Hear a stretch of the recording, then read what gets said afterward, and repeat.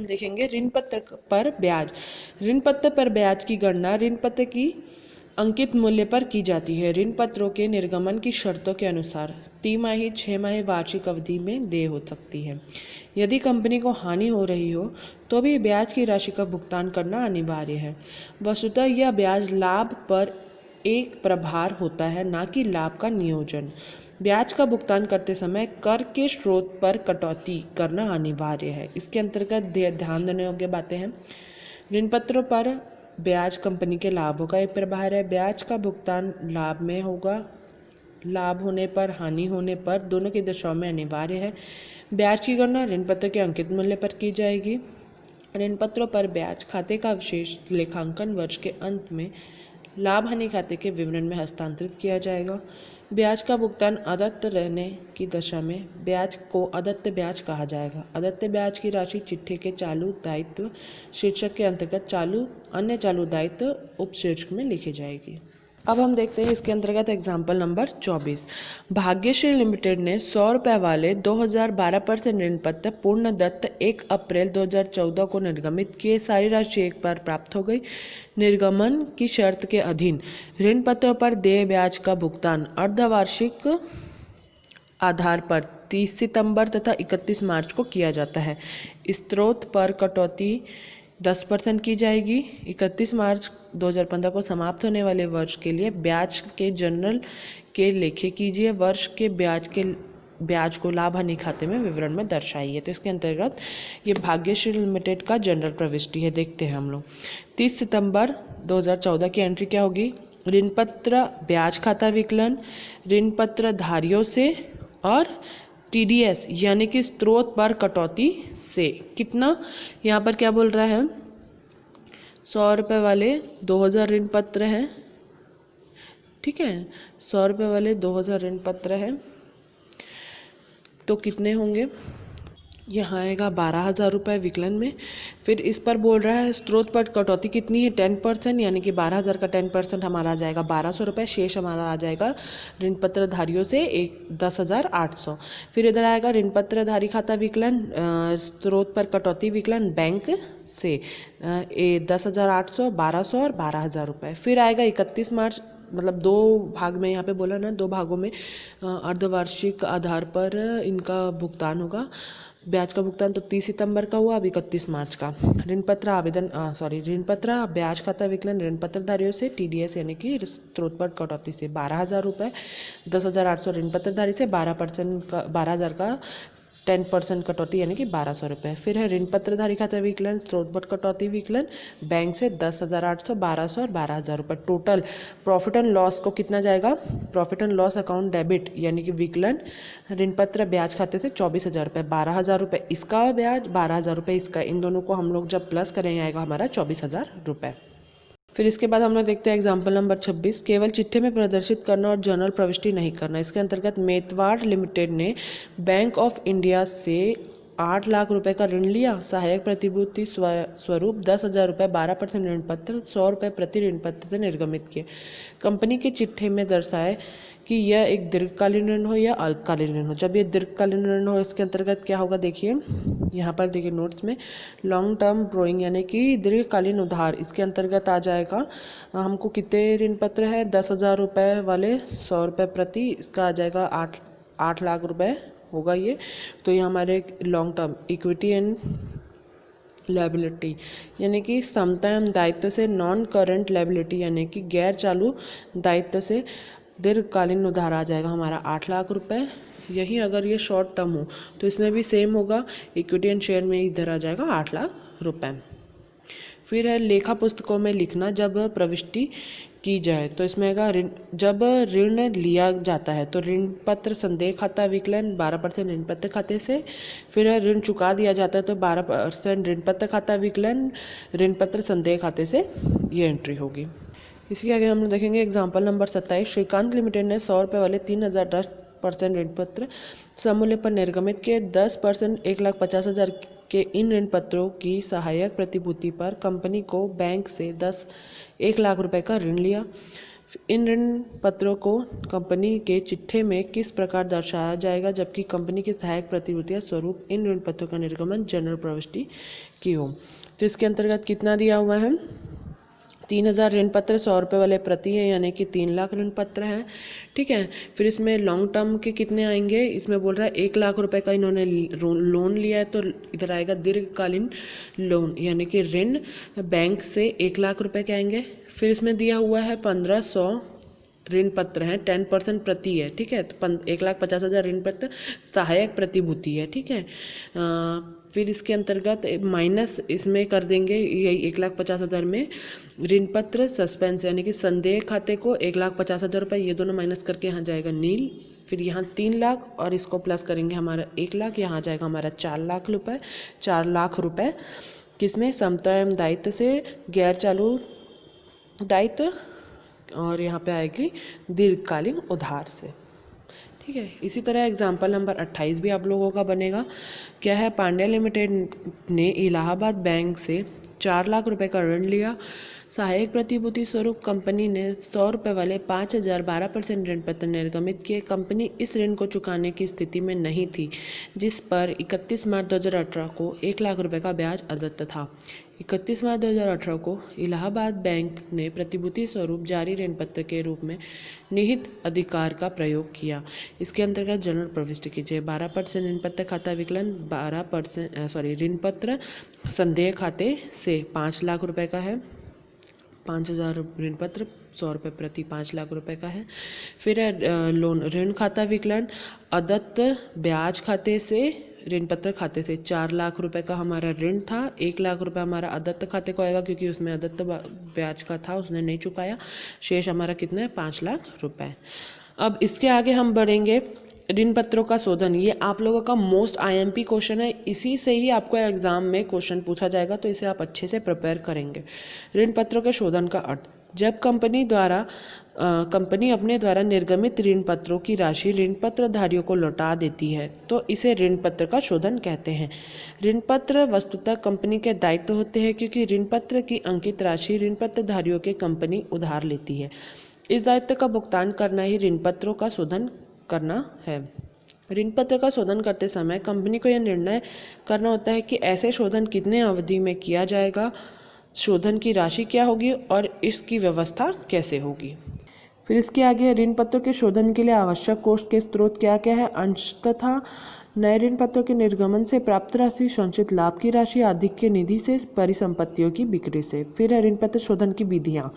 इसके अंतर्गत ये सभी विधियों को हम लोग को पढ़ना है। एक मुश्त राशि में भुगतान करके, वार्षिक किस्तों में भुगतान करके, सिकिंग फंड विधि द्वारा भुगतान करके, खुले बाजार में क्रय करके, या परिवर्तन द्वारा, या पुराने ऋण पत्रों के बदले नए ऋण पत्र या समता अंश निर्गमित करके। इसके अंतर्गत हम पहला पढ़ेंगे, शोधन संबंधी लेखे में हम देखेंगे नए अंशों तथा नए ऋण पत्रों के निर्गमन द्वारा शोधन। इसके अंतर्गत हम ये प्रविष्टियाँ देखेंगे, ये सब आप प्रिपेयर करेंगे, ये सब आपको पढ़ना है। जब शोधन सममूल्य पर किया जाता है तो ऋण पत्र खाता विकलन ऋण पत्रधारियों से, ऋण पत्रधारी खाता विकलन बैंक खाते से। फिर जब प्रीमियम पर शोधन किया जा रहा है तो ऋण पत्र खाता विकलन ऋण पत्र शोधन खाते से, ऋण पत्र खाता विकलन प्रीमियम शोधन खाता विकलन ऋण पत्रधारी खाते से। फिर आएगा ऋण पत्रधारी खाता विकलन बैंक खाते से। फिर बट्टे पर जब शोधन होता है तो ऋण पत्र खाता विकलन ऋण पत्रधारी खाता विकलन पूंजी संचय खाते से, ऋण पत्र खाता विकलन बैंक खाते से। इसके अंतर्गत हम देखते हैं एग्जाम्पल नंबर 29। फिर इसके आगे हम बढ़ते हैं एग्जाम्पल नंबर 29 में। तरुण लिमिटेड के पास 6 लाख रुपए के 12% शोधीय ऋण है, जिसका शोधन करना है। इसके लिए कंपनी के 6 लाख रुपए के समता 10% प्रीमियम पर निर्गमित किए तथा प्राप्त राशि से ऋण पत्र का शोधन किया। इसके अंतर्गत जनरल प्रविष्टि। तो हम लोग देखते हैं क्या होगा, बैंक खाता विकलन समता अंश पूंजी खाते से, प्रीमियम सुरक्षा प्रीमियम संचय खाते से। कितना, 6 लाख रुपए का हमारा वो है पूंजी है हमारी, ठीक है। उस पर कितना बोल रहा है, 10% प्रीमियम, यानी कि 6 6 लाख का 6% कितना होगा 60,000 रुपये। टोटल यहाँ जाएगा बैंक से 60,000 रुपये। कितने हमको प्राप्त हुए ये इसकी है, कितने हमको दे था। ऋण पत्र बैंक 12% ऋण पत्र खाता विकलन ऋण पत्रधारियों से 6 लाख रुपये। फिर आएगा ऋण पत्रधारी खाता विकलन बैंक खाते से 6 लाख रुपये। अब अगला हम देखते हैं 30 एग्जाम्पल क्या है। 12% 10,000 ऋण पत्र प्रत्येक 10 रुपये वाले सब मूल्य पर निर्गमन सब मूल्य पर शोधन। इसके अंतर्गत हम प्रविष्टि देते हैं। बैंक खाता विकलन ऋण पत्र खाते से हमको कितनी राशि प्राप्त हुई है 1 लाख रुपए की। ठीक है, 12% ऋण पत्र खाता विकलन ऋण पत्रधारी से हमको कितना मिलना है 1 लाख रुपए। ठीक है, फिर ऋण पत्रधारी खाता विकलन बैंक से 1 लाख रुपए। ठीक है, सममूल्य पर निर्गमन सममूल्य पर शोधन होने पर। ठीक है, अब अगला है 12% 15,000 ऋण पत्र प्रत्येक 10 रुपये वाले 10% छूट पर निर्गमन सममूल्य पर शोधन। तो इसके अंतर्गत बैंक खाता विकलन discount on issue of debentures यानी कि ऋण पत्र पर छूट खाता विकलन 12% ऋण पत्र खाते से कितना 1,50,000 रुपये का था, उस पर 10% यानी कि 15,000 रुपये की हमारी छूट थी। बाकी आ जाएगा हमारा 1,35,000 रुपये।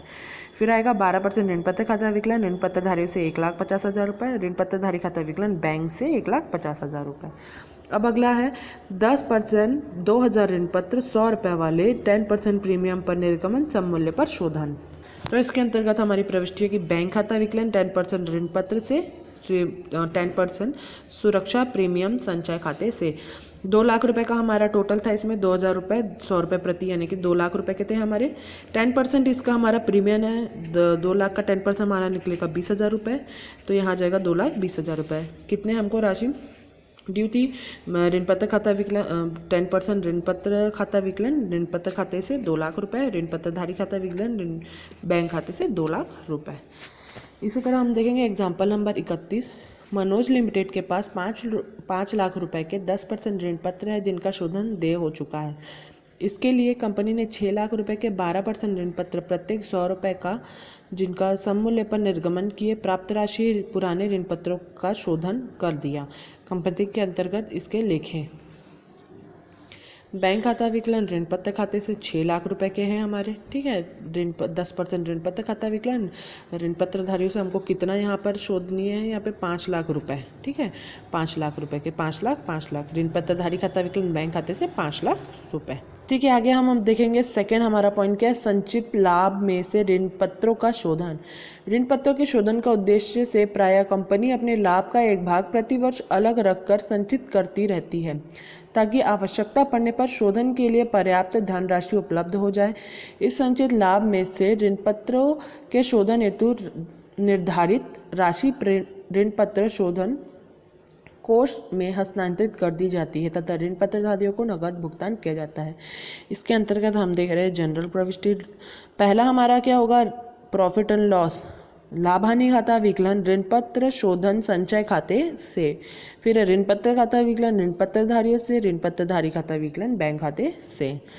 ये सब आपको पूरा प्रिपेयर करना है। इसके आगे ये आप लोग का IMP टॉपिक है, इसको ही पढ़ के आपका क्वेश्चन बनेगा। इसके अंतर्गत क्या प्रावधान है, कंपनी को ऋण पत्रों के शोधन के लिए ऋण पत्र शोधन संचय का निर्माण करना होगा जो लाभांश का भुगतान करने के लिए उपलब्ध लाभों में से किया जाएगा। सेकेंड है, ऋण पत्र शोधन संचय में से जमा राशि का उपयोग केवल ऋण पत्र के शोधन हेतु ही किया जाएगा, अन्य कार्य के लिए नहीं किया जाएगा।